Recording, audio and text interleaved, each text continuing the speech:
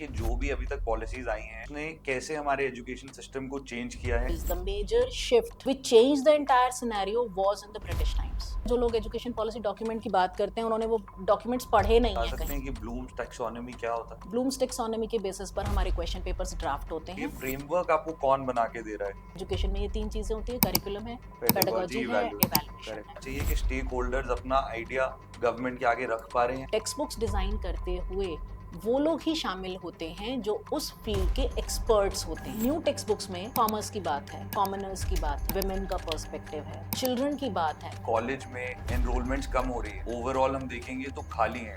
3 4 5 साल कौन इंतजार करेगा वो पैसा कमाने के लिए जो उनको उस लाइफस्टाइल की चाहिए कि एनसीईआरटी की बुक्स वर्सेस प्राइवेट जो बुक्स होती हैं, what is better? More the number of books better the life is. में गवर्नमेंट की तरफ से आता है प्राइवेट बुक्स को बंद कर देना चाहिए। क्रिटिसिज्म करना बड़ा आसान है, व्यवस्था करना बड़ा मुश्किल है। आप अल्कोहल नहीं बना रहे, आप सिगरेट नहीं बना रहे, आप पॉर्न नहीं बना रहे, आप किताब बनाते हैं, आप बहुत अच्छा काम करते हैं क्योंकि आप किताब बना रहे हैं। Hello everyone, welcome to the fourth episode of Schoolcast. Today we have with us Miss Swani Malik. She is the principal of Dayanand Public School in Model Town. Welcome ma'am. How are you? Thank you Avyakt, I am fine, how have you been doing? All good ma'am, all good. Ma'am before starting can you please introduce yourself, थोड़ा अपने बारे में बता सकते हैं, आपकी journey क्या रही है, आपने क्या क्या किया है एजुकेशन में? Myself Vani Malik, currently working as principal Dayanand Public School, Model Town. See, if we go by the resume, it would be a different thing, but I would like to explain my journey as a person who likes to read, who likes to communicate, and who likes to educate. So you can call me an educator by passion and by profession both. So that is how it is. I completed my bachelor's in education after doing my history honors and master's in education and then MPhil in education from a leading institute in Asia, Central Institute of Education, Delhi University. That has helped a lot in carving out the person, in making me a person that I am today. Obviously, it is not the only factor that makes a person. There would be a lot more factors. But yes, in education, being in education, that has helped me a lot. Along with that, I pursued my research, my MPhil research in democracy in education. Having democratic attitude has helped me become a person that I am today. So I think about it we are going to talk या further. Definitely Yes. Ma'am, great to know आपकी इतनी qualifications और इतना कुछ है। Ma'am what is democracy in education, ये कुछ बता सकते हैं? पहले कभी सुना नहीं है। Those who are the students, researchers, or the practitioners of democracy or of education, for them, it is not a new term. See, people are having different thirst in their lives. They are reaching somewhere and they are going through a journey. There is a process, there is a destination. So that destination, reaching that destination is not an event. It is always going to be a process. Definitely So I believe people get their thirst in life through some calling. Definitely Okay. For a few people, it might be, let's say, physical fitness. For few people, learning some art, learning to play some musical instrument. For me, the journey was going through a path, learning about democracy in education. Since 2005 and 6, new books were introduced by the curriculum framework at that time, which were having democracy as its central theme. It is not only about the government we have, it is about the attitude, it is about a philosophy, it is about the way of life. So that way, all my problems, all my challenges are met through belief in democracy. My questions are answered through democracy. In my personal life, in my educational career, in my professional life, I try to look at different episodes challenges, people, episodes through this democracy and its principles. For that, I have to learn. I have to, again, I have to keep learning about what democracy is. And then, being in the field of education, it helps me unfold various mysteries. Basically ma'am आपका मतलब है कि equal education for all, is it correct कि democracy है सबको equal education, equal rights और equal availability of knowledge? This is a fraction of, yes, it is a fraction of that. Democracy is about accommodation of different ideas. Now, accommodation is very possible when me and you are alike. Absolutely. We think the same way. We are belonging to a same culture. Again, culture being a multifold. Absolutely. Okay. So, if we believe in the same ideology, if we are similar in the culture we follow, then it is very easy to accommodate. It becomes difficult to accommodate when we are different people. We believe in entirely different things. We are, with time and space, we are two different entities. So, in a country, in a world where people are different in terms of their physical attributes, in terms of their ideological attributes, in terms of their upbringing, in terms of their religion, culture, language, special needs, and whatnot, then accommodation is a greater thing to do. And this accommodation is not about I tolerate you. So I become great, I tolerate you, you are different, and I'm democratic. It is about a positive regard for everybody who comes by. Being open to all cultures, religions, yeah, different perspectives Yes, also. yes, being respectful. Yes. And at the same time, being proud of what I am also. Okay. So it is encompassing everything into that, not tolerance, positive regard of everybody. Definitely. So this is one thing that is associated with democracy for me. This is one feature of democracy, and there are many. Yeah. Now, if you learn accommodation only, then your entire perspective, your way of dealing with people, your way of dealing with challenges of life, it will change a lot. Yeah. Okay. So you say something else, I say something else, but yes, I respect you for what you think. If it is logical, if it is without any undue subjectivity, whether I agree with you or not, but still I regard you, I respect you. So this is one meaning of democracy which helps me. Okay. Let us all agree to disagree. Definitely.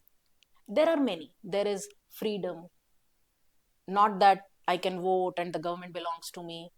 Yes, it is one thing. It is just political democracy. There is social democracy. There is economic democracy. There is attitudinal democracy.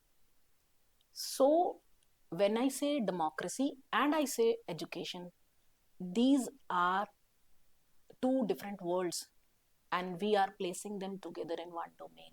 Got it. This is integration. Great, great. Then there is, other than this accommodation, there would be equality, there would be regard, there would be justice, and the entire preamble to the constitution, which is like the religious book for our country. Got it. ठीक है ma'am, great to no. आपने जैसे बात करी ma'am educational initiatives या government की policies हैं, तो आज तक आई थिंक 3 पॉलिसीज आ चुकी हैं गवर्नमेंट की, नेशनल एजुकेशन पॉलिसीज 2 या 3 चेंज हो चुकी हैं. तो मैम क्या आप बता सकते हैं कि जो भी अभी तक पॉलिसीज आई हैं कि उसने कैसे हमारे एजुकेशन सिस्टम को चेंज किया है, पहले कैसे था और अब कैसे चेंज हुआ है हर पॉलिसी के बाद? Because you been in this for more than 20 years I think, तो आपको सारा आपने गो थ्रू किया है. So can you please tell a little bit about that? Okay, Ved. It's been 25 years I've been teaching in the system, and I have taught under all 3 policies that you are talking about. Yeah. If we go by the name of National Education Policy, सिर्फ इस नाम से जो policies बने, तो हाँ आप कह सकते हैं 1986 की पॉलिसी के बाद अब तीसरी पॉलिसी है जिस पर हम आजकल काम कर रहे हैं. तो मैम एक 1986 है, सेकंड 2005 में नेशनल करिकुलम फ्रेमवर्क आया था. Okay. And now the new curriculum framework 2020 की पॉलिसी पे Okay. बेस्ड. एजुकेशन की हिस्ट्री जब हम पढ़ते हैं तो ऐसा नहीं है कि ये 3 ही पॉलिसीज हैं. You belong to a different domain of life. I belong to education. Absolutely. Okay. So history of education, the policies, the initiatives, the programs have been talked about, have been written about. There has been a government intervention also, educators intervention also. It's been ever since. Education के बारे में तो ancient time से काम चल रहा है ना. बिल्कुल. तो हम गुरुकुल शिक्षा पद्धति से लेकर बात करेंगे तो आज तक एजुकेशन में there have been changes. And if you say so, the major changes, the major shift which changed the entire scenario was in the British times. Motive being different, then medium of instruction being different, and culture of one who is teaching and one who is being taught was different. So that changed the entire scenario. After independence, people often talk about there has been political intervention, there is a government agenda behind education. How can government or policy maker be aloof of what is being taught? जब हम ये बात करते हैं कि हम बच्चों को क्या पढ़ाएंगे, कैसे पढ़ाएंगे, कितना पढ़ाएंगे, तब एक्चुअली हम आज से शायद 5 साल बाद, 10 साल बाद एजुकेशन सिनेरियो कैसा होगा, हमारा सिटीजन कैसा होगा, हमारी सोसाइटी कैसे होगी, उसके बारे में प्री डिसाइड कर रहे होते हैं. बिल्कुल करेक्ट. ओके. बिल्कुल. और वो हम प्री डिसीजन जो करते हैं वो प्री डिसीजन हम आज के सिनेरियो को लेके करते हैं. बिल्कुल. ठीक है. तो not only national education policies, there are many changes in between regarding curriculums, regarding textbooks, regarding legal frameworks that inform the education scenario. They also make a difference. तो हर एजुकेशन पॉलिसी, आप एजुकेशन पॉलिसी डॉक्यूमेंट, मुझे लगता है जो लोग education policy document की बात करते हैं उन्होंने वो डॉक्यूमेंट्स पढ़े नहीं है कहीं भी. तो सबसे पहली बात तो मैं ये कहती हूँ लोगों से कि आप जिसका क्रिटिसिज्म कर रहे हैं, आप जिस बारे में बात कर रहे हैं, पहले आप इन्फॉर्म्ड होइए प्राइमरी सोर्स से. I am bye degree I am a history post graduate also. So you need to go by the primary source if you want to be near the truth. Ultimate truth क्या है वहां तक आप पहुंच नहीं पाएंगे और वो पता भी नहीं किसी को है क्या. बिल्कुल सही. That is again a subjective reality. बिल्कुल. लेकिन आप जितना प्राइमरी सोर्स के पास पहुंच जाते हैं आप उतना अपील उसको बेटर कर सकते हैं. बिल्कुल. ठीक है. पॉलिसी डॉक्यूमेंट है, उसको किसी ने पढ़ा, पढ़ने वाले ने अपना इंटरप्रिटेशन किया, एनालिसिस लिखा, वो शायद ओरिजिनल पढ़ रहा था. And then you go by the interpretation that person has done. Correct. And the analysis another person has done, then somebody writes an article on it, somebody may be diluted by their own agendas, their own motives, being different domains, being belonging to different domains, वो उसके बारे में लिखते जा रहे हैं. तो उसको पढ़ के हम उसके बारे में आलोचना करते हैं, which can be positive, negative, depend करता है हमारे subjective realities पर. तो पॉलिसी डॉक्यूमेंट्स उसके बारे में बात करने वाला कोई नहीं पढ़ रहा है, हम उसके एनालिसिस पढ़ रहे हैं. बिल्कुल. आप पॉलिसी डॉक्यूमेंट्स पढ़िए, बहुत खूबसूरत है. किसी भी पॉलिसी डॉक्यूमेंट में ऐसी कोई बात लिखी नहीं होती, ऐसी कोई बात की नहीं होती जो आपको by principles, by value system खराब लगे. बिल्कुल सही बात. ठीक है. उसके बाद नए पॉलिसी डॉक्यूमेंट में आप उसे लेकर आगे बढ़ते हो, क्यूमुलेट करते हो.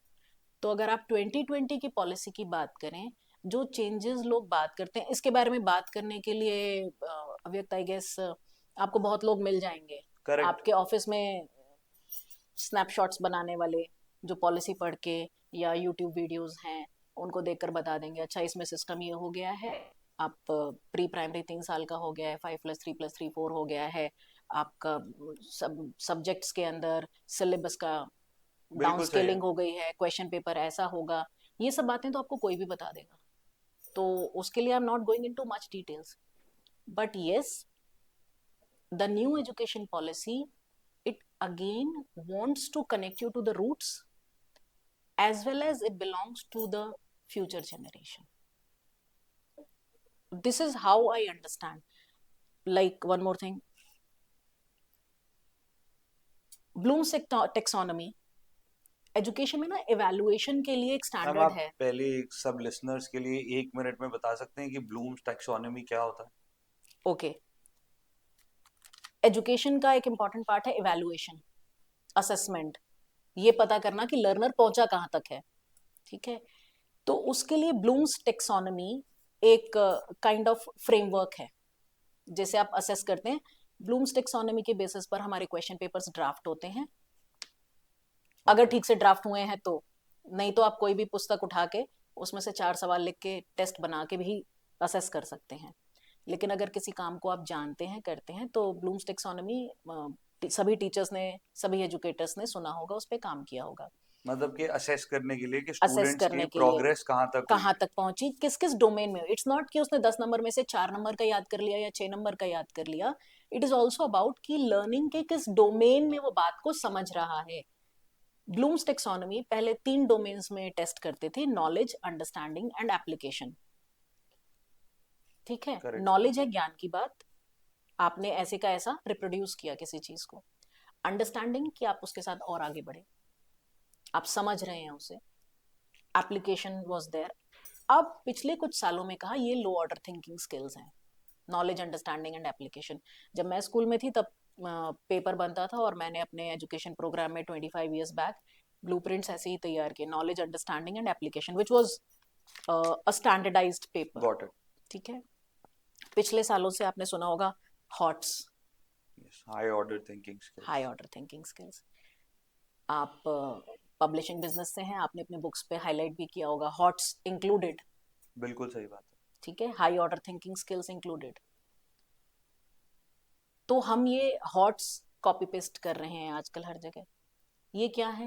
ये उसके आगे के थिंकिंग स्किल्स हैं जो ब्लूम्स टेक्सोनॉमी ने इंक्लूड किए, मतलब revised knowledge, understanding, application application के के आगे बाद. क्या होता है मैम वो इसमें? एनालिसिस की बात करते हैं, वो इंटरप्रिटेशन की बात करते हैं, और एंड में जाके वो बात करते हैं क्रिएशन की, सिंथेसिस की, जिसमें बच्चा अपना कुछ नया बना सकता है, कुछ क्रिएट कर सकता है. That can be an idea, that can be may be आपका बच्चा अगर नई थ्योरम इजाद करता है, कोई ऐसे मैथमेटिकल प्रॉब्लम्स है जिनके वो सोल्यूशन खुद बनाता है, कोई साइंटिफिक डिस्कवरी करता है, आर्ट में कोई एक नई टेक्निक, किसी भी डोमेन में, किसी भी लर्निंग के किसी भी डोमेन में सिंथेसाइज करता है, तो वो हाईएस्ट ऑर्डर थिंकिंग स्किल इस ब्लूम्स टेक्सोनॉमी में है. मैम ब्लूम्स टैक्सोनॉमी किसने बनाया है और कब स्टार्ट हुआ है? ये टर्म काफी टाइम से चल सी रहा है. मैं अब एक क्वेश्चन, मैं इस क्वेश्चन पे क्वेश्चन करूंगी कि ये सब चीजें जो आप गूगल कर सकते हैं, उसके बारे में बात करने की बजाय हम उनकी समझ के बारे में बात करें. मतलब मेरा मतलब ठीक था है, कि ये किसने स्टार्ट किया है ये टर्म? ब्लूम नाम लिखा है इसके आगे, और बहुत सारे फैक्ट्स एंड फिगर्स के बारे में ना तो मैं बात करती हूँ, ना जानती भी होंगी, और ना पसंद करूंगी इस बारे में बिल्कुल बात ठीक है, करना. ठीक बिल्कुल है, आई ठीक हैव है. टू गो एंड रिवाइज नहीं ठीक कि है. किस साल में शुरू हुई. मैं आपको उसके आगे की बात बता रही हूँ. जिस क्रिएशन की आप बात कर रहे हो आज के जमाने में, कि बच्चा ब्लूम्स टेक्सोनॉमी के रिवाइज्ड वर्जन में मुझे क्वेश्चन पेपर बना के असेस करना है कि बच्चा वहां तक पहुंचा या कितना पहुंचा. इट इज नॉट दैट कि नॉलेज वाले लोएस्ट डोमेन में रहना प्रॉब्लमैटिक है. It is not that, Yeah. क्योंकि शुरू तो वहीं से होगा. क्रिएशन आपके घरों में, मदर्स, ग्रैंड मदर्स, मेरे घर में, आपके घर में, इन सभी लोगों के घर में क्रिएट करती थी चीजें. क्या चीजें क्रिएट करते थे? नया कुजीन क्रिएट करते थे. बिल्कुल. ठीक है, उन्होंने फूड प्रिजर्वेशन में मास्टरी कर रखी थी, which was non chemical based. ठीक है, वो पैटर्न्स क्रिएट करते थे. I remember during my childhood, my grandmother would be talking to my mother and my aunts, chachi tai, and they would be discussing the knitting patterns. मुझे तो knitting आती नहीं है, तो वो लोग डिस्कस जब करते थे, it was like Greek to us. हमें नहीं समझ में आ रहा है, इससे 2 फंदे उतारने हैं, 2 फंदे चढ़ाने हैं, and they used to create different patterns. बिल्कुल ठीक. ठीक है, वो हैंड निट कर रहे थे, वो क्रोशे कर रहे थे, या वो अदर आर्ट फॉर्म्स, जो भी वो कर रहे थे, वो वर्बली क्रिएट कर रहे हैं, एक दूसरे को पैटर्न समझा रहे हैं, दूसरा बंदा पैटर्न समझ रहा है और उसको क्रिएट कर रहा है। ये क्रिएशन नहीं है क्या? बिल्कुल है, ये सिंथेसिस नहीं है क्या? एब्सोल्युटली। एनालिसिस, इंटरप्रिटेशन, तीनों चीजें हैं। सभी चीजें हैं। बिल्कुल। तो हम हाई ऑर्डर थिंकिंग स्किल के डोमेन से निकल के स्कूली सिस्टम में ये पढ़ाते हैं, नॉलेज अंडरस्टैंडिंग एप्लीकेशन, और फिर हम उसे रिवाइज करके कहते हैं हमें क्रिएशन तक जाना है। बिल्कुल ठीक। डिफरेंस कहाँ है? डिफरेंस ये है कि अगर मेरी ग्रैंडमदर को ये कहा जाता कि इसके बारे में किताब लिख दो जो निटिंग का ज्ञान देगी, नॉलेज ट्रांजैक्शन में काम करेगी, तो शायद वो नहीं कर पाते। But still they have reached the high order thinking skill, which is creation, which is synthesis. And I've just given you one example of this. Understood. Across different cultures, across different places, domains, learning domains, आप ऐसे कई examples के बारे में बात कर पाओगे, उनको समझ पाओगे कि हम हमेशा से लोएस्ट ऑर्डर और हाईएस्ट ऑर्डर के बीच में ही नॉलेज का जनरेशन भी कर रहे हैं, एनालिसिस भी कर रहे हैं, उसके साथ चल भी रहे हैं, काम कर रहे हैं उस पर। रंगोली के पैटर्न्स, अल्पना के पैटर्न्स, कुजीन के पैटर्न्स, फूड प्रिजर्वेशन है, पूरी साइंस है। सो that is how learning goes. स्कूली सिस्टम की बात यह है कि हमें फॉर्मल एजुकेशन में उस सबको थियोराइज करना है, which is again knowledge, which is not going by the other end. We start from there and we keep on moving across different domains. बिल्कुल ठीक है। कभी आप नॉलेज में हैं, कभी इंटरप्रेट कर रहे हैं, कभी क्रिएट कर रहे हैं, you move across. And it is not that they are broken fragments of this particular knowledge or creation. This goes on together. They all lie on the same boat. कभी आप आगे हैं, उसमें हैं, कभी इसमें हैं। देखिए, आप चीजों को अलग अलग करके समझते हैं, समझने के लिए तो ठीक है, आपने डिकंस्ट्रक्ट किया, एब्सोल्युटली, बट एब्सोल्यूट होल एक साथ चलता है। बिल्कुल सही। गुलाब और जामुन को एक साथ रखने से गुलाब जामुन नहीं बनता है। बिल्कुल ठीक बात है। ठीक है। एक हमारे यहाँ हमारा स्कूल आर्य समाज का स्कूल है, यज्ञ करते हैं, हवन करते हैं, तो पूर्णाहुति का एक श्लोक आता है, पूर्णमदः पूर्णमिदं पूर्णमुदच्यते पूर्णस्य पूर्णमादाय पूर्णमेवावशिष्यते। किसी मैथमेटिक्स की किताब में आपको ये मिलेगा नहीं कि आपने संपूर्ण में से संपूर्ण भी निकाल लिया और फिर संपूर्ण बच गया। You take the whole out of the whole and still it is the whole. Yeah. Life goes on like this. So it is easy now to understand many things that I say. Absolutely. About Bloom's taxonomy also. Yeah. About knowledge creation also. About the food we eat, about the life we lead, about education and government and policymaker and publisher and business, because all of it goes on together. Ma'am, but जो इसका framework है, जैसे आपने बताया assess करने के लिए, framework आपको कौन बना के दे रहा है? या फ्रेमवर्क बना हुआ है उसी को फॉलो कर रहे हैं, या सीबीएसई ने दिया है या गवर्नमेंट ने दिया है? ये फ्रेमवर्क किसने बनाया है? किसी भी कंट्री में जो एजुकेशन का डोमिनेंट पर्सपेक्टिव चलता है वो गवर्नमेंट से ही जनरेट होता है। So this has come from the ministry of education. See yes, but at the same time एक मिनिस्टर नहीं वो पॉलिसी बनाता। There is always a group of people. Absolutely, of course, from the ministry. Yes, so obviously the dominant perspective will follow the government's thought process. I will not call it agenda because agenda कहना थोड़ा political हो जाता है। ठीक है, मान लीजिए मेरा स्कूल में मैं काम करती हूँ, ठीक है, मैं वहाँ हेड हूँ, तो कहीं ना कहीं आप देखेंगे कि छोटी छोटी बातों में भी मेरी फिलॉसफी, मेरी समझ, and then there are management people, उनकी समझ किसी समस्या को लेकर, किसी चैलेंज को लेकर, एजुकेशन को लेकर उनकी समझ विल फिल्टर डाउन, एब्सोल्युटली। ठीक है। जो मेरी समझ होगी, मेरी पर्सनालिटी होगी, मेरा थॉट प्रोसेस होगा, आइडियोलॉजी होगी, आपको वो, जो लोग मेरी जिम्मेदारी में हैं, कहीं ना कहीं वो समझ नजर आएगी आपको, बिल्कुल ठीक है। बिल्कुल आप हमारे स्कूल आए हो, कई बार आए हो, बिल्कुल। ठीक है। आपने कहा कि हमारे स्कूल में आप आओगे तो आपको सपोर्ट स्टाफ से भी, प्यून से भी वो वाइब्स आएंगी जो आपको मेरी समझ से आएंगी। बिल्कुल सही है। That is what a definition of a good leader is, कि आपकी रिफ्लेक्शन दिख जाती है पूरे कंपनी में या ठीक है, ऑर्गेनाइजेशन में। वो आप अप्रिसिएशन में कह सकते हो कि बिल्कुल। दिख जाती है। वो that goes on positive negative, कि या अगर मेरे पर्सनालिटी में कुछ नॉट सो गुड चीजें होंगी, नॉट सो करेक्ट। कंफर्टेबल चीजें होंगी, वो भी फिल्टर डाउन होंगी। मैं, आप मेरे सबॉर्डिनेट हो, ये महाशय आपके सबॉर्डिनेट हैं, तो मैं आप पे किसी चीज का गुस्सा निकाल रही हूँ तो आप उन पे निकालोगे, तो फिल्टर डाउन, बिल्कुल ठीक है। फिल्टर डाउन सभी डोमेन्स में होता है, बिल्कुल ठीक है। ठीक है। ये तो हुआ जजमेंट लगाना। ऐसे ही जो भी सरकार होगी किसी भी टाइम पर, वो उस कंट्री का डोमिनेंट कल्चर सेट करेगी ही, बिल्कुल ठीक ठीक है।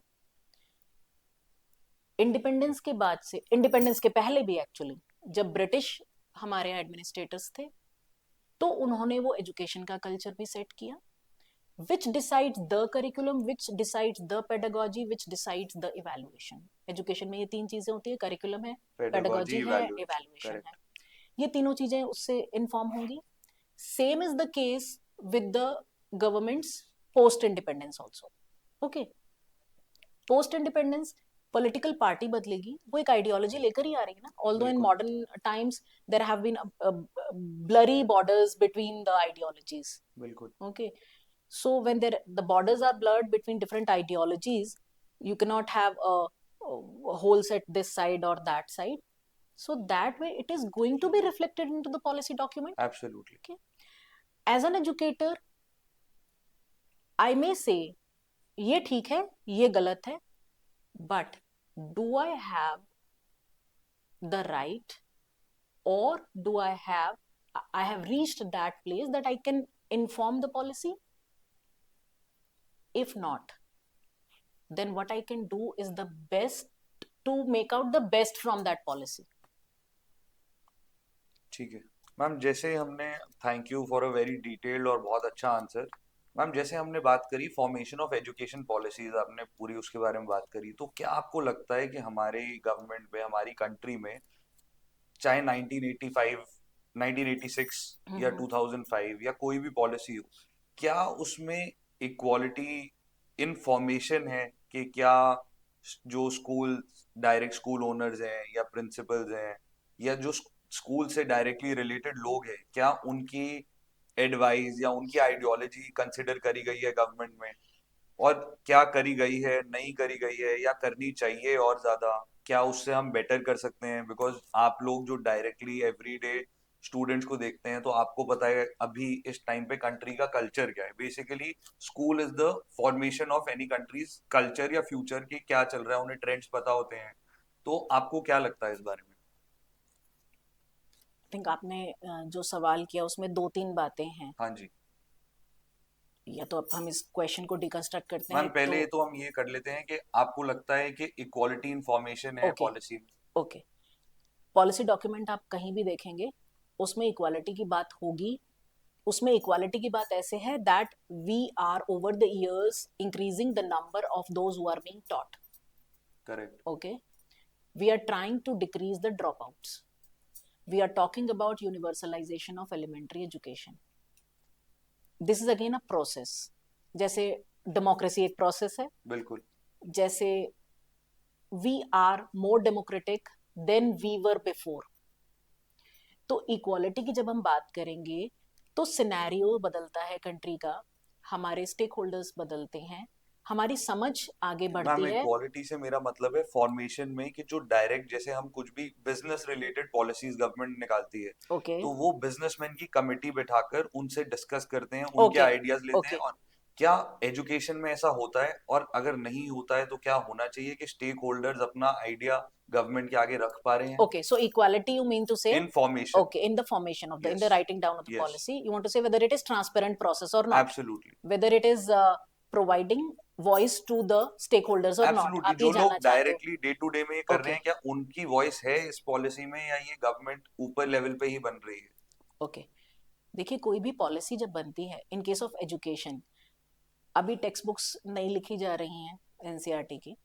टेक्स्ट बुक्स कुछ क्लासेस की आई, टेक्स्ट बुक्स एक एक पार्ट है, उससे पहले करिकुलम लिखा जाता है, जो करिकुलम फ्रेमवर्क डॉक्यूमेंट आजकल इतना मैराथन डॉक्यूमेंट सब लोग इसकी बात कर रहे हैं, क्रिटिसाइज कर रहे हैं। उसके पहले उसके अंडरलाइन प्रिंसिपल्स की बात होती है,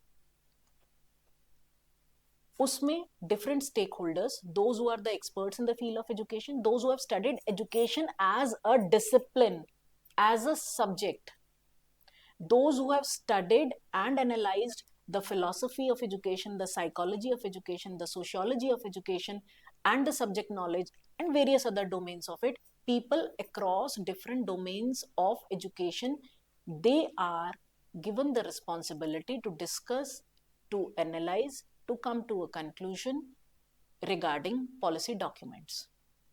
Okay, जब टेक्स्ट बुक्स आती हैं उससे पहले करिकुलम फ्रेमवर्क बनता है।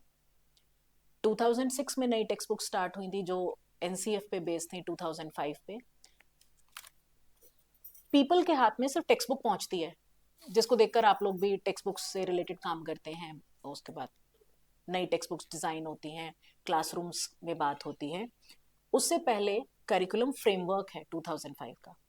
करिकुलम फ्रेमवर्क के पीछे there are documents which are called position papers. वो पोजीशन पेपर्स बहुत सारे डोमेन्स में है, पीस एजुकेशन पे है, स्पोर्ट्स एजुकेशन पे है, आर्ट एजुकेशन पे है, teaching of English, maths, science, social science and different subjects, then philosophy of education पे है, इंक्लूजन पे है, को करिकुलर एक्टिविटीज पे है। There are small small books, बड़ी बिल्कुल, खूबसूरत डॉक्यूमेंट्स हैं जिनको पोजीशन पेपर्स कहते हैं। तो वो पोजीशन पेपर्स क्या हैं? Wherein the experts of that domain of education, they brainstorm, they discuss, they analyze, and they inform the curriculum framework. तो आप कह रहे Okay? हैं कि स्टेक होल्डर्स इन्वॉल्व हैं पूरी बिल्कुल पॉलिसीज में, बिल्कुल। Directly involve? और देखिए, जो क्रिटिसाइज कर रहा है, मान लीजिए, बुरा मत मानिएगा, आप कहें कि हमारा तो कोई योगदान नहीं है, हमें पढ़ा रहे हैं, बिल्कुल, fine, but you are at the receiving end obviously. या, आपने एजुकेशन नहीं पढ़ा है, आपने बिजनेस पढ़ा होगा, पब्लिशिंग, प्रिंटिंग, बहुत सारी ये चीजें पढ़ी होंगी, लॉ भी पढ़ लिया होगा, ज्यादा समझ रखते हैं, पढ़ना चाहते हैं और पढ़ लेंगे, लेकिन आपने एजुकेशन नहीं पढ़ा है। तो बीइंग डेमोक्रेसी, आपको हम ये फ्रीडम तो देते हैं, आप किसी भी पॉलिसी डॉक्यूमेंट के बारे में बात करें, क्रिटिसाइज करें, सब लोग कह सकते हैं, मगर पॉलिसी डॉक्यूमेंट बनाते हुए, करिकुलम्स डिजाइन करते हुए, टेक्स्ट बुक्स डिजाइन करते हुए, वो लोग ही शामिल होते हैं जो उस फील्ड के एक्सपर्ट्स होते हैं। ठीक है, अब जहां बात करेंगे कि गवर्नमेंट डिजाइन कर रही है, ये कोई पॉलिटिकल एजेंडा है, मान लीजिए मैं सरकार हूं, मेरी आइडियोलॉजी आपके नजदीक लगती है, ये आपकी टीम के बैठे हैं महाशय अमित जी, इनके नजदीक नहीं है, तो मैं आपको अपनी टीम में शामिल कर लूंगी। मैं थोड़ी ज्यादा ईमानदार होंगी तो मैं इनको भी शामिल कर लूंगी कि भाई हमारे को डिफरेंट पर्सपेक्टिव हमें एक मिल जाएगा। बिल्कुल, ठीक है, most often people like to work with the comfortable teams. Absolutely, If they're honest enough, they'll take control of different ideas, and two people never think alike, almost. Absolutely, So even thinking in the same ideological domain, you might think differently than I am.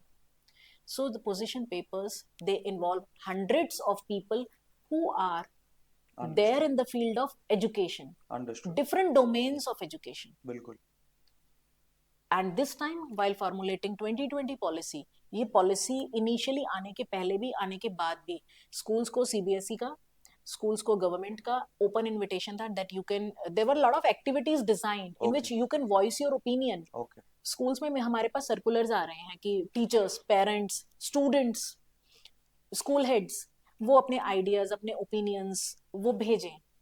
Her text book के पहले या बाद में they invite open suggestions okay, कि books में कहीं कुछ कमी हो, या कमी या उससे ज्यादा अगर आप कुछ डिफरेंटली चाहते हो देन यू कैन राइट। कितने लोग उनको लिखते हैं, कितने लोग संवाद करते हैं उस बारे में। मेरे लिए बहुत आसान है टेक्स्ट बुक के बारे में मैं ऑफिस में बैठ के बात करूं, टीचर से बात करूं, पेरेंट्स से, किसी से भी मिलूं, आपसे बात करूं।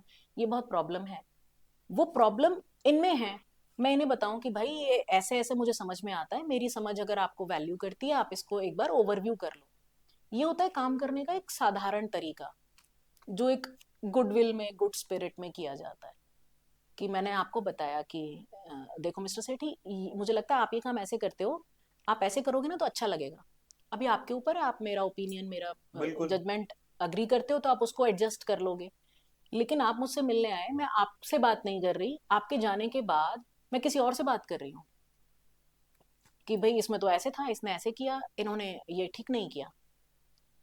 It is same with the policy document, same with the understood. Text books. Understood. अभी जो 2020 में पॉलिसी आई है, इसके पहले और बाद में a lot of things were done regarding inviting suggestions, inviting opinions, inviting uh, different forms of creative things.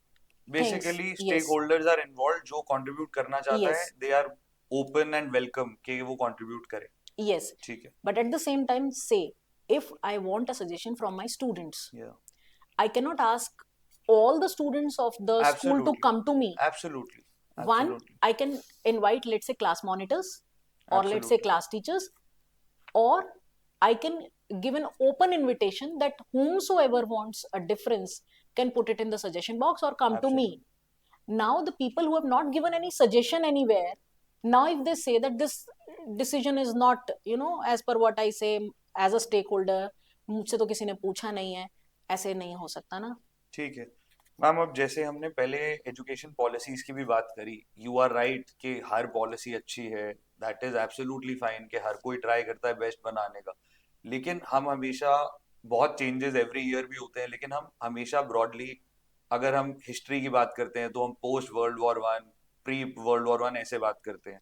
तो तीन पॉलिसीज जो आई हैं, वो ट्रांजिशन आप थोड़ा ब्रीफ में एक्सप्लेन कर सकते हैं कि 85 से 86 और 85, 86 में नेशनल एजुकेशन पॉलिसी 86 आई से थी। 2005 और 2005 से 2020 में एक जो मेन मेन चीजें हैं, क्योंकि इंडियनाइज होना ये तो हमेशा से गवर्नमेंट इंडियनाइज बोलती है, लेकिन अभी की पॉलिसी में कुछ उन्होंने फोकस अलग तरीके से किया है जो नहीं हो रहा होगा। तो ब्रीफली जो है, जो एक नेविगेशन, एक मैप है, वो कैसे हुआ है कि इस पॉलिसी से उन्होंने ये प्रॉब्लम ढूंढी, नेक्स्ट पे गए, नेक्स्ट से ये ढूंढी, इस पे गए।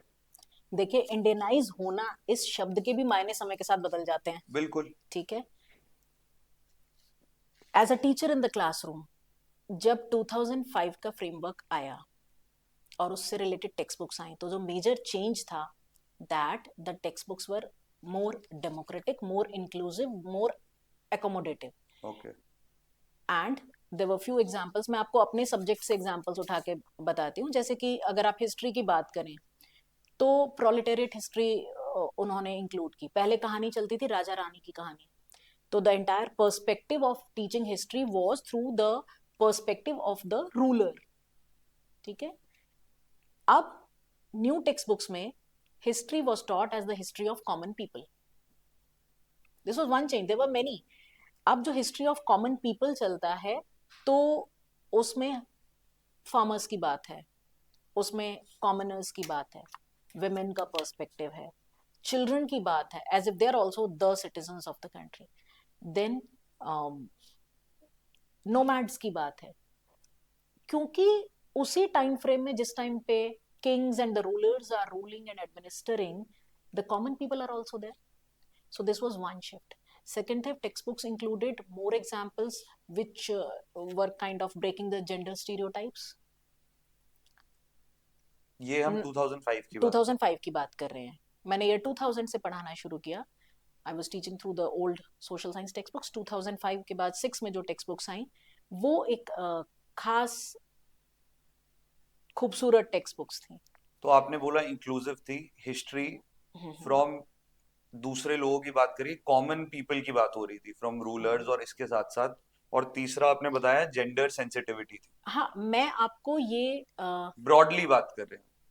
कुछ एग्जांपल्स पिक करके बात कर रही एब्सोल्युटली, ये हूँ, कुछ ठीक है। एग्जांपल्स ब्रॉडली मेन एग्जांपल्स अब अगर आप मुझसे पूछेंगे कि इससे पहले नहीं थी क्या, अगर आप इस चीज को ऐसे समझें या हाईलाइट करें कि अच्छा ये 2006 में आई है जेंडर सेंसिटिविटी, तो इससे पहले की टेक्स्ट बुक जेंडर सेंसिटिव नहीं थी क्या? देखिए, जेंडर नोशन, उससे रिलेटेड समाज की अवधारणाएं वो धीरे धीरे बढ़ रही हैं, बदल रही हैं, तो टेक्स्ट बुक उनको लेकर अपडेट करता है और रिफ्लेक्ट करता है। बिल्कुल उससे टेक्स्ट बुक सोसाइटी को इन्फॉर्म करती है, सोसाइटी टेक्स्ट बुक को इन्फॉर्म करती है। बिल्कुल उसमें जहाँ प्रेसिडेंट के roles and qualifications and tenure and everything is being discussed, roles and responsibilities, वहां उन्होंने शी प्रोनाउन यूज किया है, बिल्कुल ठीक है, which is allowed example of including women as the policy maker, absolutely ठीक है, नहीं तो ही प्रोनाउन यूज किया जाता था। So this is one thing. They are illustrations. If they are showing a bunch of people, a group of children, तो वो group of children के अंदर this would not be the accepted middle class children from the dominant culture. This included children from different religious groups got it with prominently showing religious symbols. बिल्कुल This also included children with special needs.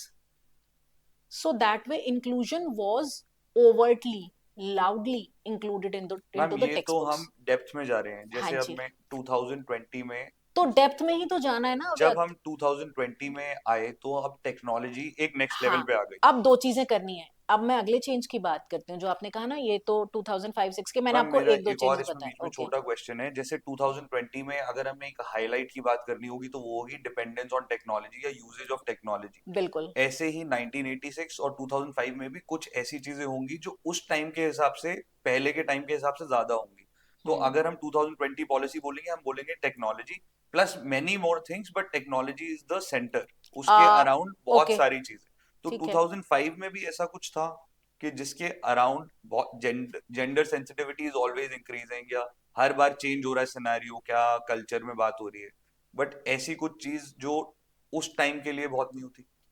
देखिए, जो new चीजें हैं वो universal नहीं हो सकती किसी भी पॉलिसी में। करेक्ट, जैसे वो आपके लिए कुछ और होंगी, मेरे लिए कुछ और होंगी। बिल्कुल मेरे लिए as an individual, as an educator, as a social science teacher, वो थी inclusion of again more democratic principles, understood that not in theory, not as an ideology, but as a process. Understood So मैंने वहां से ये pick किया, ये मेरी यात्रा है।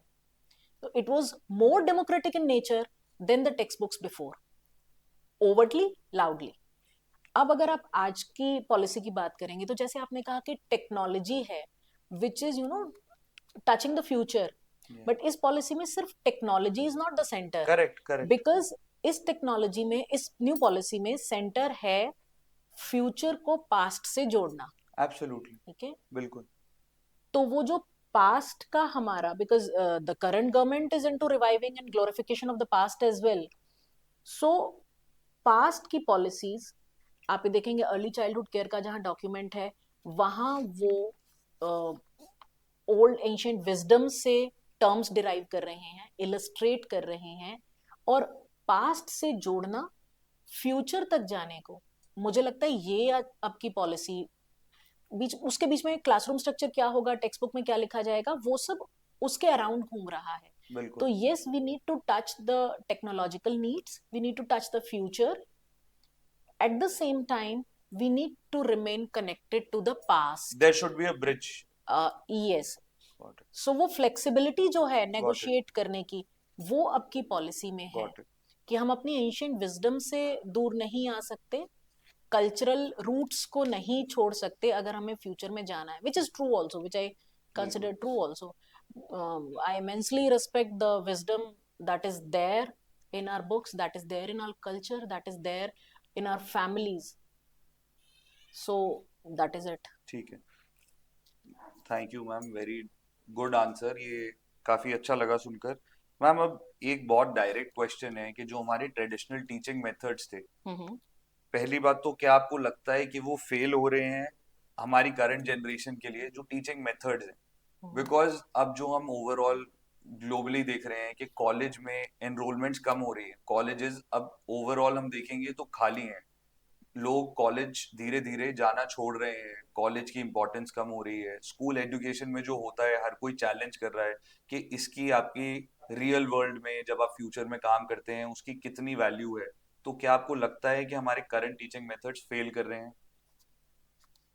Okay, traditional teaching methods fail कर रहे हैं करंट जनरेशन के लिए? सी ट्रेडिशनल टीचिंग मेथड्स, हम किन टीचिंग मेथड्स की बात कर रहे हैं? एक तो ये बात, जब हम कहते हैं हमने मॉडर्न सिस्टम को या मॉडर्न बच्चों को फेलियर किया है, तो it is not in terms of value it holds, it is in terms of life it leads to.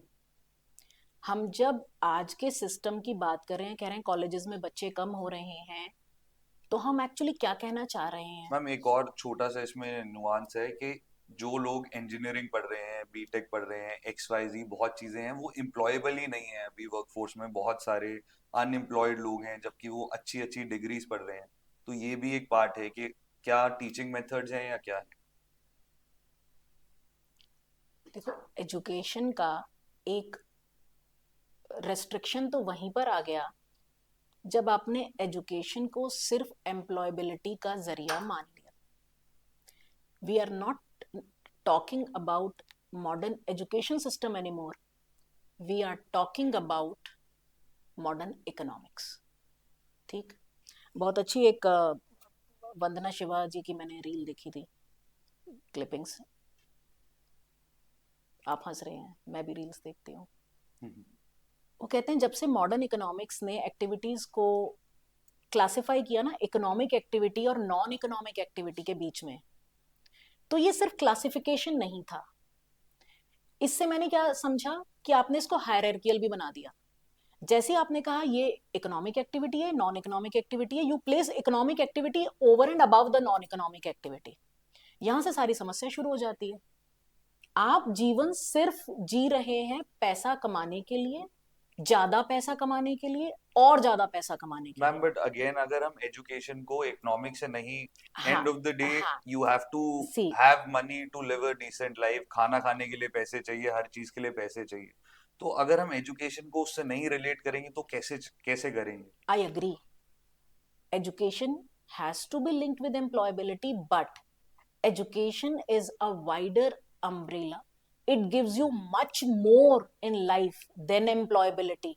It needs to give you much more. जो आज के सिस्टम को आप कह रहे हो ना, आज के बच्चों को हम फेल कर रहे हैं, मॉडर्न एजुकेशन सिस्टम और पॉलिसी और what ever is failing the आज का बच्चा, वो ट्रेडिशनल टीचिंग ये मेथड्स। आपने कहा है कि ट्रेडिशनल टीचिंग सिस्टम फेल कर रहा है, ये मैंने नहीं नहीं, कहा मैं है। पूछ रहा हूँ हाँ, मैम आपसे कि तो क्या मैं, कर रहा हाँ, है कि मैं नहीं कर आपको रहा। बताती हूँ कि आज के बच्चों को हम फेल कर रहे हैं as a society. I often say, sitting there in my office, कोई आता है बच्चों ने ये किया, बच्चे आजकल ऐसे कर रहे हैं, बच्चे आजकल ऐसे हो रहे हैं, मैं ऑफन से, आजकल के बच्चों की कोई गलती नहीं होती जब तक वो बच्चे होते हैं। गलती किसकी होती है? पिछली पीढ़ी की। ठीक, हमने कहा एजुकेशन एम्प्लॉयबिलिटी देगी, तो एजुकेशन सिर्फ एम्प्लॉयबिलिटी दे रही है। हमने बच्चे में धैर्य नहीं डालना, हमने बच्चे में वैल्यू सिस्टम, वैल्यूज, अगेन हम वैल्यूज और एथिक्स की बात करेंगे तो कहेंगे आप तो रिलीजन की बात कर रहे हैं, हम तो सेक्युलर हैं। या हम वैल्यूज की बात करेंगे तो कहेंगे वैल्यूज तो जजमेंटल होना हो जाता है, वैल्यूज तो पर्सनल हैं। लेकिन there are certain values which nobody will disrespect. सब कोई उसकी बात ही करता है। अगर आप रिलीजन की बात करें, हाँ, क्यों प्रॉब्लम है रिलीजन की बात करने में? Religion gives you hope. आपने मॉडर्न बच्चों को फेल किया है कि आप उनको मेंटल हेल्थ की बात करते तो हैं, जानते तो हैं, मगर वो आएगी कैसे, नहीं सिखाया। आप उनको एकोमोडेशन की बात तो करते हैं, लेकिन आप उन्हें सिखाते सिर्फ कंपटीशन है। वो कंपटीशन भी आप उनको कट थ्रोट सिखाते हैं, क्योंकि उस कंपटीशन से ही जाके मॉडर्न लाइफस्टाइल का, चीजें जमा करने का, मटेरियलिज्म का रास्ता आना है। एक तरफ हम मिनिमलिज्म की बात करते हैं, फिर हम लाइफस्टाइल की बात करते हैं, हम झूल रहे हैं बीच में। और कभी कैसा हम यहाँ फेल कर रहे हैं। एजुकेशन बच्चे को धैर्य भी सिखाती, वो बच्चे को टॉलरेंस भी सिखाती। एजुकेशन बहुत महान चीज है। Ma'am but traditional teaching methods की जैसे बात करें तो ये कंपटीशन और मार्क्स किसके ज्यादा हैं तो किसके कम हैं, ये कॉलेज तो में, बहुत टाइम से ये चल रहा है। कॉलेज में बच्चे कम क्यों हो रहे हैं? क्योंकि वो प्रोफेशनल डिग्री कोर्स में जा रहे हैं। या तो वो 12th के बाद ही, बेसिकली स्कूल एजुकेशन के बाद ही एम्प्लॉयमेंट तलाश रहे हैं, क्योंकि 3 4 5 साल कौन इंतजार करेगा वो पैसा कमाने के लिए जो उनको उस लाइफस्टाइल की चाहिए। मैम बट क्या सिर्फ लाइफस्टाइल है या एक्चुअली जो पढ़ाया जा रहा है ट्रेडिशनल कोर्सेज में उसकी उतनी वैल्यू अब लोगों को रियलाइज हो रहा है कि उतना वैल्यू नहीं है जितना वो टाइम देखिए इन्वेस्ट कर रहे हैं? अव्यक्त, हमारी सारी बातचीत के फ्लो में हम ये तो कह देंगे कि ये सिस्टम फेलियर है, ये बात में कमी है, मुझे ऑल्टरनेटिव देने वाला कोई, बेटर ऑल्टरनेटिव देने वाला तो कोई हो। हम यहाँ बैठकर सारे एजुकेशन सिस्टम को रिजेक्ट कर दें, लेकिन ऑल्टरनेटिव हम नहीं दे पा रहे हैं। बिल्कुल ठीक। बिल्कुल। अब आपने कहा कि एजुकेशन एम्प्लॉयबिलिटी से कनेक्ट होनी चाहिए, तो क्योंकि एजुकेशन एम्प्लॉयबिलिटी से कनेक्ट होनी चाहिए तो इसलिए तो बच्चा एकेडमिक कोर्स के कॉलेज में नहीं जाता है, वो जाता है प्रोफेशनल कोर्स करने, या वो सीधे एम्प्लॉयमेंट में चला जाता है। उसे पता है 3 4 साल कॉर्पोरेट में काम करेगा, लेडर चढ़ता जाएगा और उसके बाद पैसे आते जाएंगे। वो जल्दी कमाने की तो इच्छा है। आपको पता है स्कूल चला रहे हैं competitive courses, earlier you start better it would be. क्या है वो कंपटीशन में लगा देना है बच्चे को शुरू से। 6th 7th 8th में कोचिंग स्कूल चला रहे हैं, सेपरेट पैरेलल सिस्टम्स जो प्रिपेयर करेंगे बच्चे को कोचिंग्स के लिए। आप बच्चे को कुछ स्किल्स सिखा सकते हो, आप बच्चे में सॉफ्ट स्किल्स जनरेट कर सकते हो जो उसे एम्प्लॉयबिलिटी से कनेक्ट करेंगे। मगर इस सब के नीचे लाइफ में उस चीज को एंजॉय करना, आज हम एंजॉय नहीं कर रहे हैं अपनी लाइफ को। मैं और आप दोनों हो सकते हैं इसमें कि हमने चीजें इकट्ठी कर ली, मगर उसको एंजॉय करने का, उस लाइफ को जीने का टाइम आपके पास नहीं होगा, मेरे पास नहीं होगा। आप किताब खरीद सकते हो, पढ़ नहीं सकते, घर में पियानो रख सकते हो, बजा नहीं सकते, ये प्लांट्स यहाँ सजा लोगे, इनको बैठ के देखने और बात करने का आपके पास टाइम नहीं होगा, इसमें पानी डालने के लिए आप एम्प्लॉय हायर करेंगे। आपके पास भी एम्प्लॉयबिलिटी है, उसके पास भी एम्प्लॉयबिलिटी है। मैम अब जैसे पहले हमने बात करी बुक्स की, आपने बात करी कि बुक्स फॉर्मेशन की और ये सब, तो आपको क्या लगता है कि एनसीईआरटी की बुक्स वर्सेस प्राइवेट जो बुक्स होती हैं, जो पब्लिशर्स होते हैं जैसे हम भी बनाते हैं, तो व्हाट इज योर ओपिनियन कि आपको लगता है कि बेटर क्या है इंडियन एजुकेशन के लिए? व्हाट इज बेटर, या बैलेंस होना चाहिए, या क्या आपको लगता है इस बारे में? What is your opinion? Okay, I'm glad that you asked this question. See, again, I'm not going to be this is good, this is bad kind of a या thing, या or there whatever. is no comparison. या A book is a book, and I respect books. More the number of books, better the life is. One thing. Second thing, आप जब books बनाते हैं तो आप उसके ऊपर हाईलाइट करते हैं कि न्यू पॉलिसी से इन्फॉर्म्ड है। बिल्कुल। आप जनता को, आप अपने पर्सपेक्टिव कंज्यूमर को ये बताते हैं कि आपने इसमें वो सब इंक्लूड किया है जो वहाँ इंक्लूजन की बात चल रही है। Value based questions, high order thinking skill questions, competency based questions, बिल्कुल। जो भी पैटर्न ऑफ एग्जामिनेशन सीबीएसई बना रही है उसको फॉलो वो करते हैं। सब आपने इंक्लूड किया है। क्या आप ये सब बात लिखते हैं उस पे? बिल्कुल। Okay, very good. Now you tell me, अब सवाल मैं करती हूँ। सीबीएसई की टेक्स्ट बुक्स लिखने का काम, रिस्पॉन्सिबिलिटीज, वो किस बॉडी की है? एनसीईआरटी। NCERT, yes. ठीक है। जिन पॉलिसीज को हम डिस्कस कर रहे हैं, जिन करिकुलम फ्रेमवर्क्स को हम डिस्कस कर रहे हैं, वो किसने बनाए हैं? मिनिस्ट्री ने with the help of NC NCERT NCERT. CBSE, yes. आप नेशनल करिकुलम फ्रेमवर्क्स जो आ रहे हैं, जो डॉक्यूमेंट्स आ रहे हैं, आप उन डॉक्यूमेंट्स की पब्लिशर्स देखिए, पब्लिकेशंस देखिए, वो एनसीईआरटी ने पब्लिश की है। एब्सोल्युटली। ठीक है। तो जिसकी आत्मा, the soul and the spirit behind that document which is going to inform NCERT textbook, वो जिन लोगों ने बनाई है वही समझकर टेक्स्ट बुक डिजाइन कर रहे हैं एनसीईआरटी की। ठीक है। हम, आप भी प्राइवेट सेक्टर को बिलोंग करते हैं, मैं भी प्राइवेट सेक्टर को बिलोंग करती हूँ, बट हम गवर्नमेंट से अलग नहीं है। ये सरकार भी हमारी है, लोग हैं सरकार में, बिल्कुल। प्राइवेट सेक्टर में भी लोग ही हैं।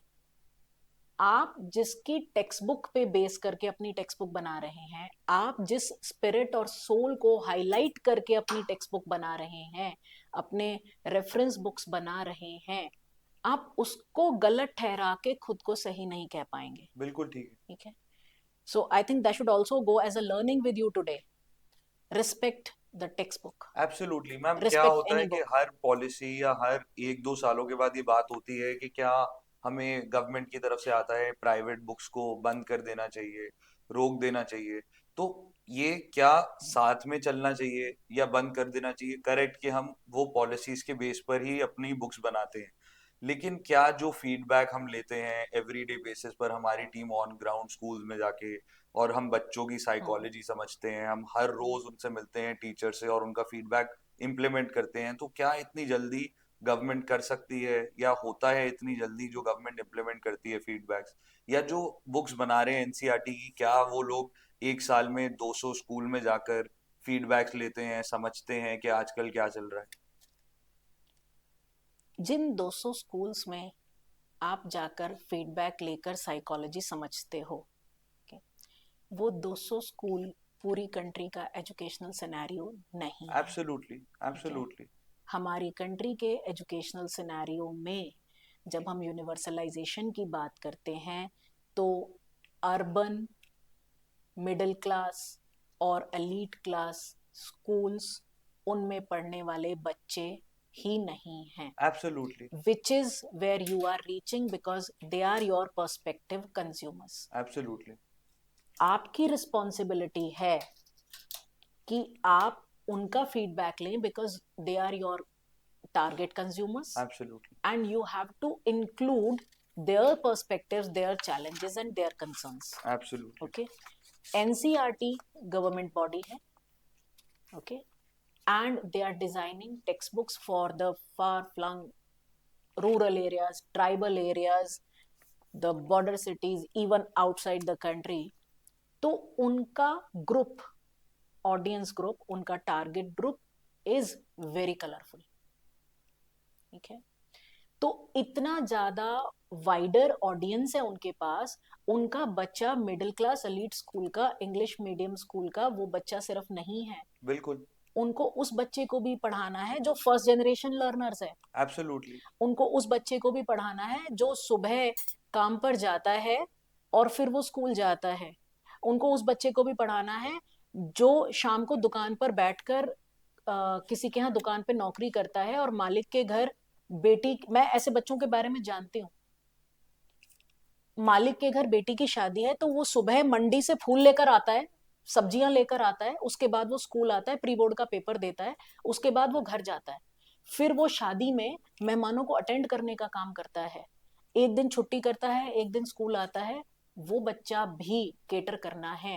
मैम बट क्या आपको लगता है, जैसे मुझे मैं लगता है सॉरी अभी आपको ब्रेक कर रहा हूँ, हमारे बिजनेस वर्ल्ड में या किसी भी चीज को इंक्रीमेंटल इम्प्रूवमेंट के लिए हम बोलते हैं कस्टमर इज योर गॉड। तो यहाँ हम्म, पर कस्टमर में be the wrong word, but अगर एक स्टूडेंट है तो अगर आपको उसको एजुकेशन देनी है तो हम बिजनेस वे से सोचे तो वो हमारा कस्टमर है, अगर आप उसको गलत वर्ड को इग्नोर करें।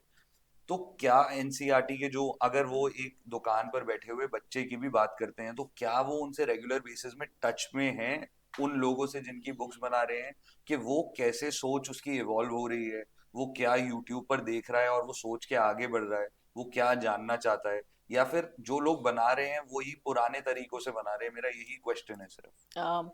आई थिंक हमने इस क्वेश्चन का वैसे आंसर डिस्कस ऑलरेडी किया, मगर फिर भी मैं आपके बात के बारे में कहूंगी। आपने कहा कि कस्टमर इज द किंग। एक बार आप जैसे एक जनाब स्कूल में आए, उन्होंने मुझे अपने प्रोडक्ट्स के बारे में बता रहे थे। तो उन्होंने कहा कि हमने नया प्रोडक्ट बनाया है, ये प्रोडक्ट बनाया। आई थिंक वो प्रोडक्ट से अपने एजुकेशनल प्रोडक्ट्स की बात कर रहे थे। तो काफ़ी देर हो गई मुझे सुनते सुनते, तो फिर मुझसे रहा नहीं गया। तो मैंने कहा कि देखो भाई साहब, आप जिसे प्रोडक्ट कहते हो मैं उसे किताब कहती हूँ, and that is what changes the entire world for you and for me. आप जिसको कस्टमर कहते हो मेरे लिए वो बच्चा है। एब्सोल्युटली, आप जिसको बिजनेस कहते हो वो मेरी जिंदगी का ध्येय है, मेरा वैल्यू सिस्टम है, मेरा कॉलिंग है, मेरा वोकेशन है। ठीक है, तो आपकी समझ बहुत अच्छी है आपकी दुनिया के लिए। आप बहुत तरक्की कर रहे हो, आपको तरक्की करनी चाहिए, आप करो। आप अपने टारगेट ऑडियंस या कस्टमर के लिए किताब बना रहे हो, आप ही बनाते रहो जब तक सरकार अलाउ करे।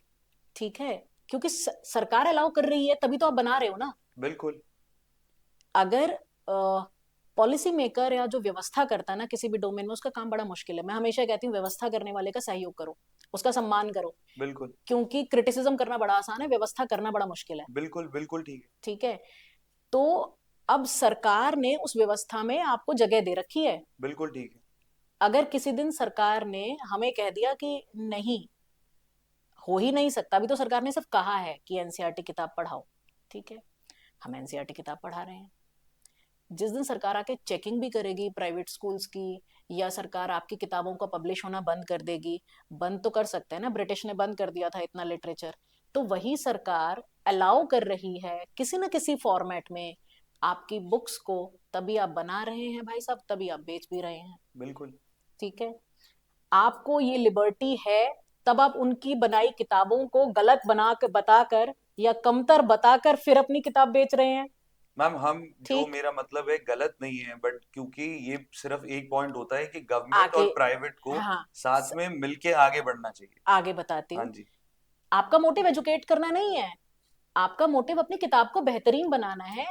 आप उसे और अच्छे से कहेंगे, एक यूफेमिस्टिक लेबलिंग के अकॉर्डिंग कहेंगे, तो आपका पर्पस है अपनी किताब को बेहतरीन बनाकर एजुकेशन सिनेरियो को बेहतरीन बनाना, बच्चों के हाथ में एक बहुत अच्छी टेक्स्ट बुक देना, जो रंगीन हो, जिसका कागज चिकना हो, जो खूबसूरत लगती हो। ये मैम एक पार्ट है उसका, हाँ, यस। ये एक पार्ट है, मैं उसको वैसे ही आंसर कर देती हूँ क्योंकि अगला आरोप लगेगा।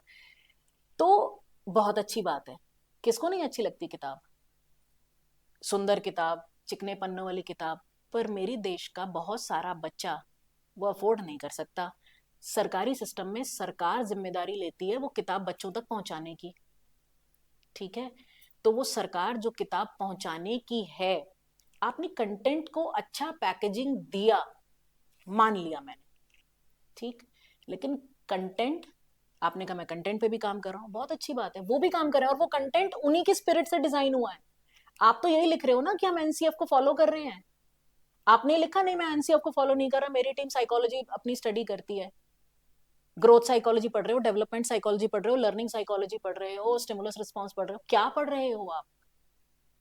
डेटा कलेक्ट करना, फीडबैक लेना एक बात है, उस फीडबैक को समझना और उसको थियोराइज करना, आर्टिकुलेट करना, वो एक और बात है जो आपका मोटिव इन्फॉर्म करेगा। आपका मोटिव अलग है काम करने का, मेरा मोटिव अलग है।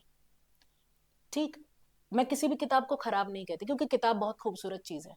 मुझे खराब कहना होगा, मैं किसी और चीज को कहूंगी जमाने में, मैं किताब को क्यों खराब कहूंगी? किताब सब अच्छी होती है, ज्यादा किताब ज्यादा बेहतरी दुनिया में। आप किताब बनाते हैं, आप बहुत अच्छा काम करते हैं, क्योंकि आप किताब बना रहे हैं। आप ब्रूरी नहीं लगा रहे, आप अल्कोहल नहीं बना रहे, आप सिगरेट नहीं बना रहे, आप पॉर्न नहीं बना रहे, आप खराब काम नहीं कर रहे, आप अनएथिकल और कोई भी इमोरल काम नहीं कर रहे हैं, आप बहुत अच्छा काम कर रहे हैं, आप किताब बना रहे हैं। कंपटीशन भी अच्छी बात है, पर एक्टिव कोलैबोरेशन और एब्सोल्युटली। एकोमोडेशन, जिसकी बात मैंने पहले की, डेमोक्रेसी में। डेमोक्रेसी में, तो आप वो बनाएं। दूसरी बात, जब आप कहते हैं कि वो ठीक नहीं कर रहे, तो आपको पहले जानना पड़ेगा कि वो क्या कर रहे हैं। आपको अभी ये नहीं पता कि वो क्या कर रहे हैं। बाहर खड़े होके क्रिटिसिज्म नहीं, अपने ही देश का नहीं, अपनी सरकार का नहीं, उसकी पॉलिसीज का नहीं, व्यवस्था बनाने वाले की बहुत स्टेक होल्डर्स, बहुत मजबूरियां होती हैं, उसका साथ दो हमेशा, मैम, अच्छे मन के हमारा साथ एज जीना। एन इंडस्ट्री जो पब्लिशिंग है, सिर्फ एक ही मोटिव है कि एक तो बुक्स इम्प्रूव हो, because money to a certain point होता है, उसके बाद बुक्स इम्प्रूव हो, लेकिन गवर्नमेंट और प्राइवेट मिलकर काम करें। ये एंड में यही गोल है और यही चाहते हैं। लेकिन हमेशा हर 2 सालों में जब आता है कि ये हट जाना चाहिए, so that is very harmful for the country and education system also, क्योंकि सिर्फ एनसीईआरटी चलेगा। So I don't think, this is my opinion, कि स्कूल में उस टाइप की टेक्नोलॉजीज और उस टाइप की चीजें आ पाएंगी जो प्राइवेट के साथ मिक्स होकर आ सकती है। That is all. Publishing industry है, एजुकेशन इंडस्ट्री नहीं है, बिल्कुल। एक बात। या दूसरी बात, 2-2 साल में किताब को अगर आप चेंज करते हैं, तो इसका मतलब आपने फ्यूचर को तो देखा ही नहीं। आई थिंक हम जहां बात कर रहे हैं अव्यक्त, आप और मैं अग्री नहीं कर रहे बहुत सारी बातों पे। आप शायद कुछ चाहते हैं बातें निकल कर आए इन बातचीत से, इस पॉडकास्ट से, इस कम्युनिकेशन से, मैं कुछ और चाहती हूँ, बट स्टिल हम एमिकेबली बैठ के बात करते हैं, and and of the day I will be having certain affection for you, you will be having certain affection and regard for me. Absolutely. That is important. ये हमने कहाँ सीखा है? ये हमने आज नहीं सीखा है, ये हमने अपने एजुकेशन से, अपनी सोसाइटी से सीखा है. उसी सोसाइटी में, उसी सिस्टम में हो सकता है मैंने कुछ और सीख लिया हो, किसी और ने कुछ और सीख लिया हो, बिल्कुल. पर वहीं पर तो वापस आना है. बिल्कुल सही बात. और जहां आपकी अटर कंफ्यूजन है, जो आपकी अल्टीमेट कंफ्यूजन है कि सरकार भी किताब बना रही है, मैं भी किताब बना रहा हूँ, सरकार मुझे कहता है मेरी किताब मत बेचो, तो मैं आपको बताऊंगी कि आप टेक्स्ट बुक के अलावा किताबें बना सकते हैं. इस दुनिया को बहुत सारी अच्छी अच्छी किताबों की जरूरत है. Thank you so much ma'am, आपने इतने ब्यूटीफुल आंसर्स करे, हमने डिबेट भी करा, बहुत अच्छा लगा. अपना ओपोजिंग पॉइंट ऑफ व्यू सुनता है जब कोई, तो ही उसकी प्रोग्रेस होती है थॉट की, तभी आगे बढ़ते हैं. मैम लास्ट एंड करते हैं इस पॉडकास्ट को. पार्टिंग नोट आपका कुछ पेरेंट्स के लिए. First of all thank you so much awake for calling me. Message मैं सभी लोगों के लिए देना चाहूंगी. आजकल मैं दो बातें कहती हूँ, एक तो read and exercise. Physical, mental, intellectual health के लिए बहुत जरूरी है किताबें पढ़ना. आप तो किताब बनाते भी हैं. और पेरेंट्स के लिए भी यही कहना चाहूंगी कि बच्चों को लर्निंग अपॉर्चुनिटीज देना, किताबें देना, and at the same time communicate, learn to communicate. Be away from social media, सब लोग कहते हैं मगर कर नहीं पाते. ये बहुत जरूरी है. छोटे छोटे बच्चों के हाथ में, अभी रिसेंटली ऑस्ट्रेलिया ने बैन किया 16 ईयर्स से बिल्कुल. बिलो स्टूडेंट्स के लिए, बिलो बच्चों के लिए बैन कर दिया सोशल मीडिया. मैं बहुत अप्रिशिएट करती हूँ इसको, ये बहुत जरूरी है. So be in the real world so that you communicate with the real people, and at the same time read. Reading is essential. Exercising, not for the sake of physical education or so, any form of physical exercise is necessary. So read. Parents should read, teachers should read, everybody should read, students should certainly read, not only textbooks but a lot of books, stories, poetry, novels, memoirs, biographies, autobiographies. Read and exercise. So exercise for the body, exercise for the mind, exercise for the soul. So that would I would like to say to everybody. And thank you so much for calling me and having me speak so much. I think I took a lot of your time as no, well. Not at all. So I have a thank you lot so of much time to ma'am, teach. आपके साथ फिर से अभी तो बहुत सारे podcast record करने बचे हैं और करेंगे. Thank you so much ma'am. Thank you. Thank you. God bless you. God bless the entire team. Thank God you. bless you.